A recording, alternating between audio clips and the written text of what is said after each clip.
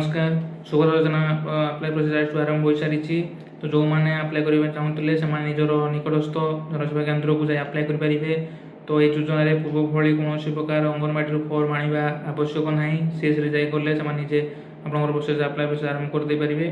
तो ये आप डॉक्यूमेंट दरकार पड़ो आप आधार कार्ड सहित लिंक थी आप मोबाइल नंबर एवं आधार कार्ड सहित जो बैंक टी आप सेटिंग हो डीबीटी तो से बैंक पासबुक टी आप दरकार पड़ो।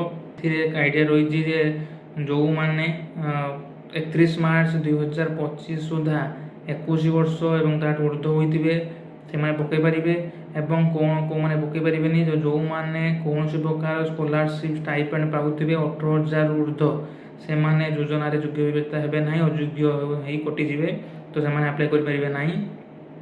वर्ष को 10,000 टंका दे था दुईटी किस्ती करी गोटे महिला दिवस रे एवं अन्यटी रक्षाबंधन रे। तो जो पूर्वर जो किस्ती मिल सारी जो मैंने अप्लाई करेंगे एवं से योग्य व्यवस्था से पूर्वर कौन किस्ती मिल ना नुआ कर प्रथम किस्ती आरंभ हो। तो आपंकर प्रथम किस्ती महिला दिवस तो से आपको मिल प्रथम किस्ती जो मैंने अप्लाई करना चाहते यथाशीघ्र अप्लाई करूँ। धन्यवाद।